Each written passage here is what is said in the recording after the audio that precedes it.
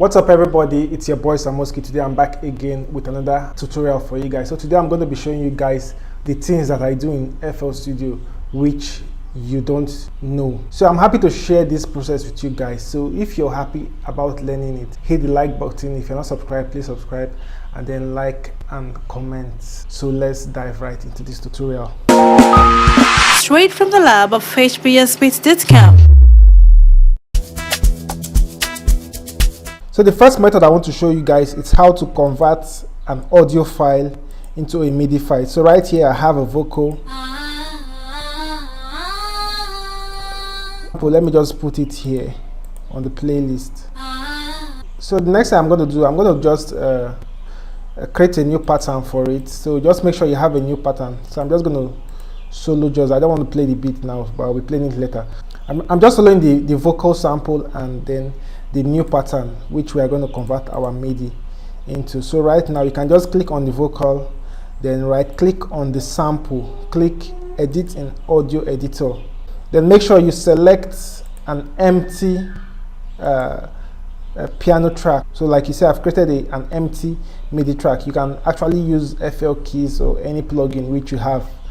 So the next thing I'm going to do, I'm going to right click on the sample, then I'm going to come over to tools and then convert the score and dump to piano roll. So what it has done now, it has created the MIDI for us. So I'm just going to close this, and then I'm going to show you in the pattern here. So if I should spell this out a little bit, split this out a little bit, what I'm going to do now, I'm just going to add a plugin. So this is what it now sounds like.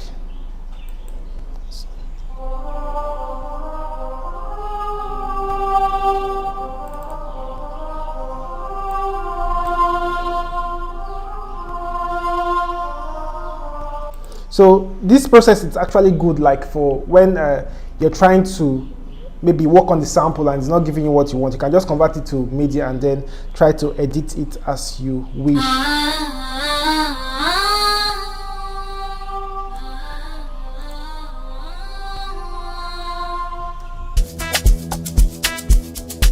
I'm going to be showing you how to create a new project folder for your project. So FL Studio randomly puts any project, just creates any folder for your project. So that's not what you will need. So to create a professional work, you need to have a custom folder. You have to come over to options and then project. Then you see it's auto, which means it can be placed in anywhere, and that's not what you want because files get deleted randomly on your PC. So you just have to click on this folder button, then you're going to make a new folder anywhere you want it to be. You can put it in your documents, you can put it on your desktop. So I'm going to make a new folder. So I'm going to put the work here. So it's asking me if I want to save the current project inside that folder, and I'm going to say yes. So it's going to ask me the title, and I'm going to just put the title, and it has sent the project down to that area. So I'm just going to play it.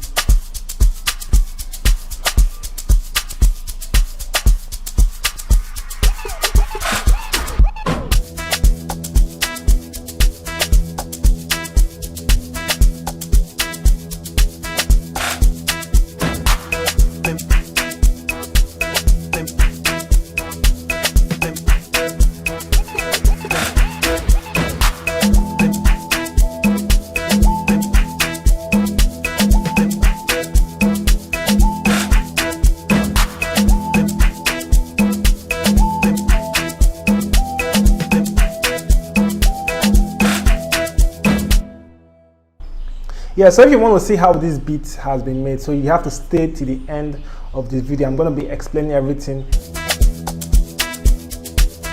So the next thing I want to talk about is why your music doesn't sound good after exporting. This might be the reason of maybe sound drivers. What I mean, if you come over here, if you right click on the speakers, you're going to see something like spatial sound. So just make sure that it's turned off, or if you have anything like audio enhancers installed, just you have to disable it because these drivers are programmed. So for gamers, like it usually EQ the sound for you to hear background. So this kind of effect doesn't work on your audios, and it just makes it sound crappy. So you just have to turn that off so that your music can sound good just as it's sounding inside of FL Studio. So another way you can do that is by installing ASIO for All. That's why FL Studio came with ASIO for All.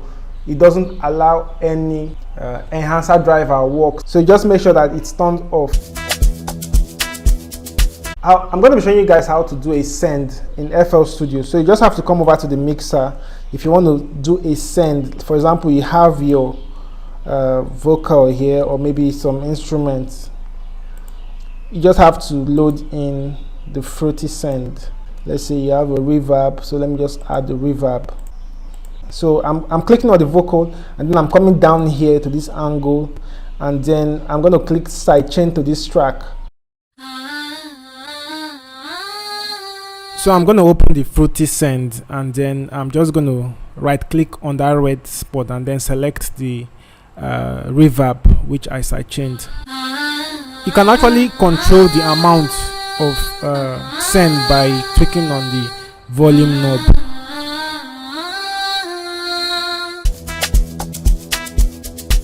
As you can see, I have this track here which plays nicely, as you can hear. So I'm just going to hit Alt arrow on my keypad, or keyboard rather. So once you hit that, it's going to change the way the notes are being played. So you have to take note of that. So you just have to turn off the pattern and then click on the velocity knob, which you can see as I'm doing it till you are satisfied with how the velocity sounds. So doing this actually makes your instrument sound humanized, so it doesn't sound like something robotic. So it just gives it that emotional feeling. So just like a piano player, it's playing, it's not all of his notes that are going to be as loud as others. So just click on the audio, select edit in Edison. So you just have to zoom in, select the noise profile, come over to the this brush tool, right click on it to acquire the noise profile. As you can see, the noise profile is acquired, so you have to zoom out and then Ctrl A to copy all the entire audio, and then go back to that brush tool, and then this time around you're going to click left click to bring out this dialog box where you're going to do some tweaking in the threshold and the sensitivity, so you can actually preview to see what it sounds like. So if you're satisfied, then you can click accept, but most times I just don't tweak the threshold, I just leave everything as it is and then I accept, and then the noise profile, it's gone. So once you're done, you're just going to drag the audio over to the playlist.